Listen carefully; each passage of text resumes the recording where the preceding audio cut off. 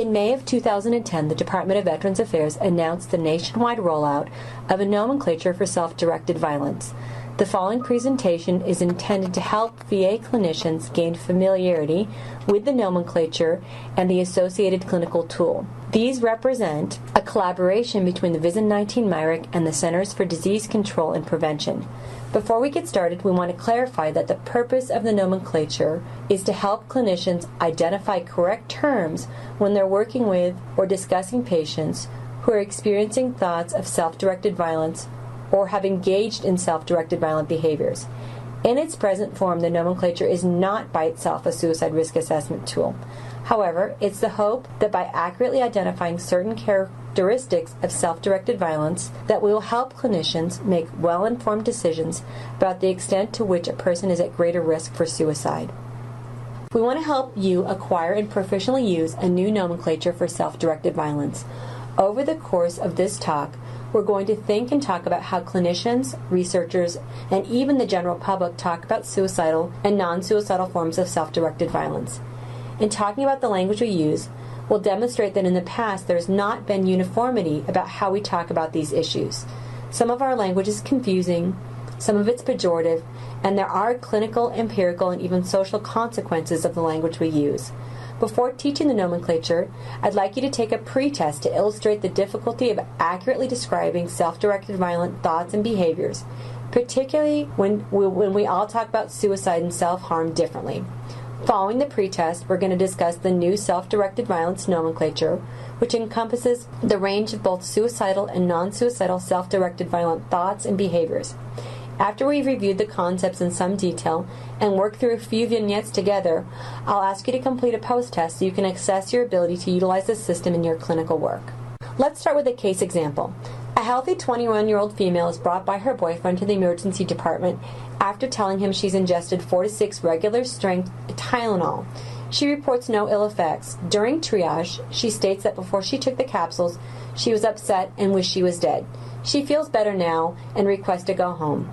I'd like you to take a moment and write down what terms you would use to describe this behavior.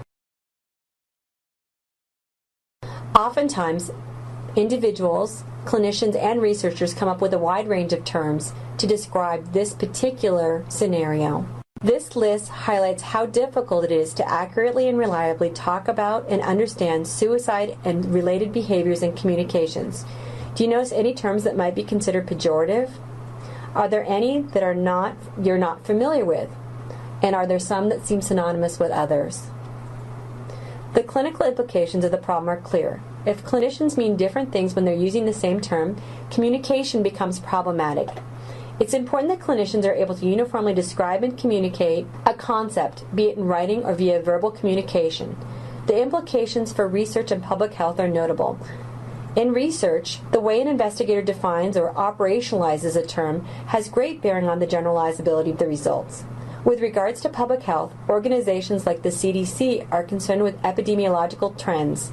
Thus, it's extremely important that there are accurate definitions of similar behaviors such as suicide attempts and other non-suicidal self-directed violence behaviors. Let's start with what a nomenclature is. A nomenclature is a set of commonly understood, widely acceptable, comprehensive terms that define a basic clinical phenomenon. And the terms are based on a logical set of necessary component elements that can be easily applied. Essential features of a nomenclature are that it enhances clarity of communication, it has applicability across clinical settings, it can be theory neutral, and should be culturally neutral, and that terms are mutually exclusive and encompass a spectrum of thoughts and actions. Whereas a nomenclature is a taxonomy of terms and definitions related to a particular topic, a classification system is a more exhaustive categorization and breakdown of subtypes of related phenomena. In relation to suicide, a classification system would be used to help organize subtypes of behaviors. For example, via use of the modifiers that help to differentiate one behavior from another. We'll now introduce you to the VISN-19 MIRIC CDC Self-Directed Violence Classification System. Please access your first handout, which is the classification system. As we transition into reviewing the actual materials, we want to reiterate that in its present form, the nomenclature is not a suicide risk assessment tool. The hope would be that we could eventually build upon the nomenclature to better assess risk, but we're not at that point yet. The first order of business is to make sure that we're all describing self-directed violence in a way that is understandable and consistent. The red section on this slide represents the nomenclature, and the blue section is the classification system. There are two types of self-directed violence: thoughts and behaviors. When reviewing vignettes, there are times that both thoughts and behaviors are present. In such cases, behaviors should trump thoughts for purposes of classification. On this next slide, you'll see that there are 6 subtypes of thoughts and behaviors. When both are present, self-directed violent behaviors trump preparatory behaviors for the purpose of classification. Next, you'll see again the definitions of the subtypes, the modifiers, and the 22 terms. Next, I'd like you to pull out the Self-Directed Violence Classification System clinical tool. You can see on the front side there's some decision-making questions followed by 3 decision trees, and then on the back side are some key terms and a reminder regarding behaviors trumping thoughts. On the next slide, you'll see that we've provided a case example.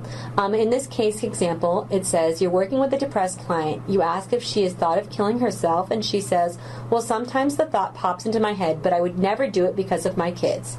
Now, I want you to look at the clinical tool in front of you and start with the 3 questions. The first question is there any indication that the person engaged in self-directed violent behavior, either preparatory or potentially harmful? What's the answer to that question for this vignette? It's no in this case, so you proceed to question 2. Is there any indication that the person had self-directed violent related thoughts? In this case, the answer is yes, so you would proceed to decision tree A. Next, you would ask yourself, were or are the thoughts suicidal? In this case, the answer is yes.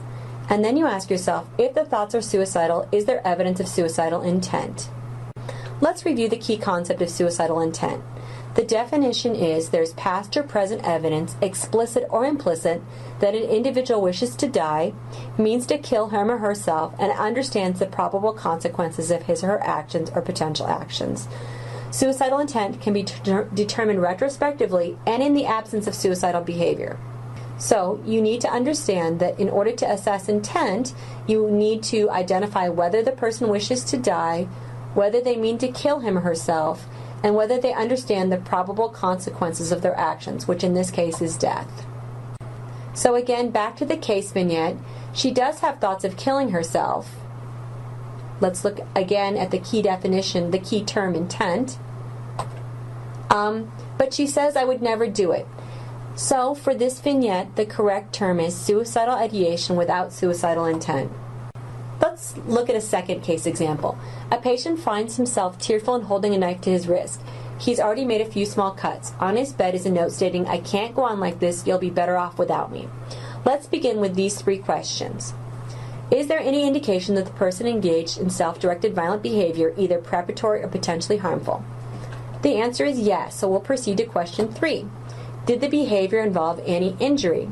Yes, it did in this case. He'd made a few small cuts, so we'll again proceed to decision tree C. In decision tree C, the first thing we ask ourselves is, was the injury fatal? In this case, the answer is no. Was the behavior interrupted by self or other? In this case, we know that the individual's mother found him, and so we would say yes, it was interrupted by self or other. Is there evidence of suicidal intent? Because he had written the note that said, I can't go on like this, you'd be better off without me, a potential response then is yes, there is intent, and the correct term would be suicide attempt with injury interrupted by self or other. We have had people ask us whether this is maybe perhaps more undetermined or not, and certainly I think an argument could be made for the undetermined term rather than the suicide attempt term. Here's a third example. A 75-year-old veteran loses his wife to cancer. Within hours, he purchases ammunition for a handgun he has had for years and contacts his attorney asking him to revise his will. His son asks him about these behaviors and he refuses to answer, changing the subject. Let's start again with the 3 questions at the top of the clinical tool. Is there any indication that the person engaged in self-directed violence, either preparatory or potentially harmful? If yes, proceed to question 3. So he did in fact engage in preparatory behavior by purchasing the ammunition for his gun and contacting his attorney and asking to revise his will. Did the behavior cause any injury? In this case, the answer would be no. So we would proceed to decision tree B. Was the behavior preparatory only? Again, let's review the key term or key concept of preparatory behavior. Preparatory behavior are acts or preparations towards engaging in self-directed violence, but before the potential for injury has begun. This can include anything beyond a verbalization or a thought, such as assembling a method like buying a gun or collecting pills, or preparing for one's death by writing a note or giving things away. As you can see on this timeline, we've got preparatory behaviors happening at 4, 5, and 6 p.m., and the actual self-directed violence happening at 8 p.m. In this case, the veteran purchased ammunition for the handgun at 4, contacted his attorney at 6, and then was confronted by his son at 8. The purchasing the ammunition for the handgun and contacting the attorney are the preparatory behavior. So, back to decision tree B. Was the behavior preparatory only? Yes. Is there evidence of suicidal intent? Again, let's review the definition for suicidal intent. That is, there's past or present evidence, either explicit or implicit, and the implicit means that clinical judgment does count in these decisions. So if a clinician does believe there's enough evidence to suggest that it's present, it is in fact okay to code suicidal intent as being present.